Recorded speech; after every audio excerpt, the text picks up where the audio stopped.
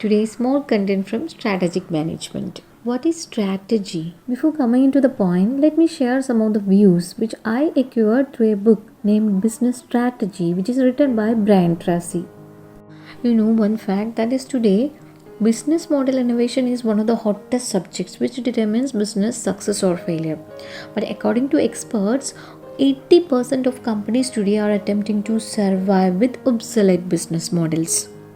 Here, the most important work you have to do is thinking.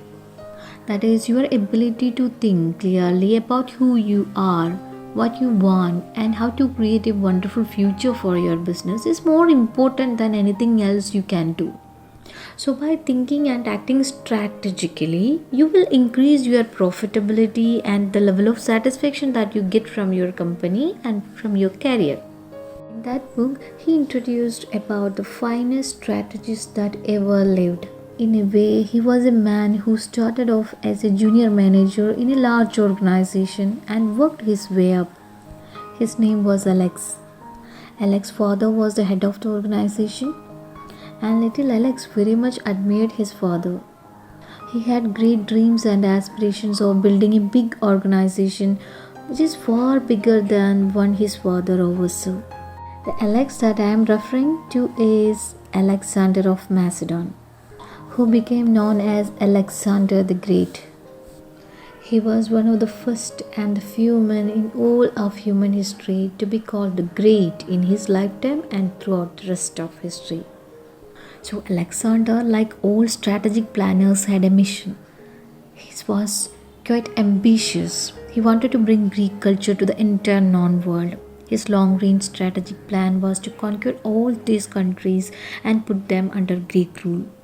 And you know one thing, the first historical version of merger and acquisition strategy is introduced by him. He did not disrupt the kingdoms that he conquered. If they surrendered without fighting, he would leave their rulers in place. All he requested was that they have to pay a tribute to Greece each year, very much like a corporate income tax. And they could go on as before. I just wanted to share some information about these finest strategies before starting our today's discussion topic, that is levels of strategy. You just imagine many competent strategies he used, and ultimately at age 23, Alexander was the undisputed master of the entire world. I took some time to telling you about Alexander the Great because his story is about an excellent strategy that finally led to an incredible victory that made Alexander the most powerful man in the world of his time. Let's come to our topic. It is the concept of strategy. It was first introduced in 1960s by Igor Ansoff. He is known as the father of strategic management. Strategy means a plan of action which is formulated for achieving a set of predetermined goals. And the word strategy is originated from a Greek word strategia, meaning a military general. And different management experts have defined strategy in different ways, such as strategy is a plan, a how, a means of getting from here to there.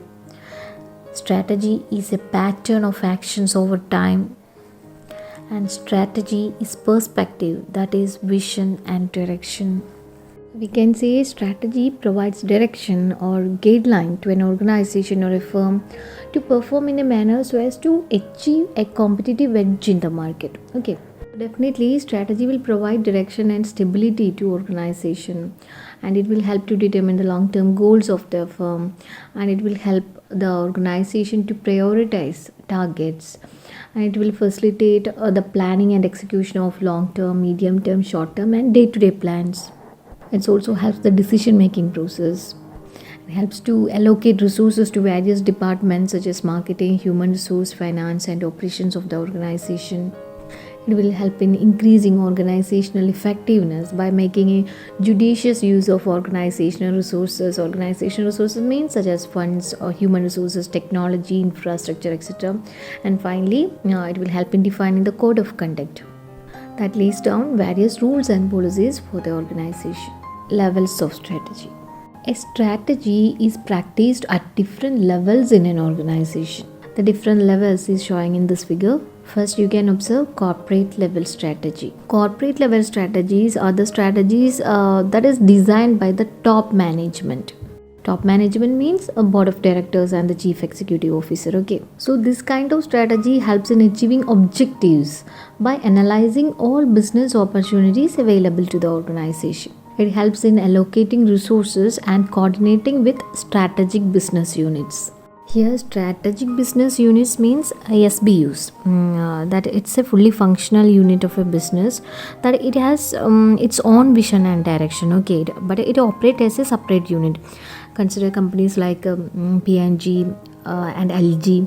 So these companies have different product categories under one roof. For example, LG make consumer durables, refrigerator, washing machine, air condition, television. Okay. These small units are formed as a separate SBU so that revenue, cost as well as profit can be tracked independently. So once a unit is given an SBU status, it can make its own decisions, investment, budget, etc. Okay.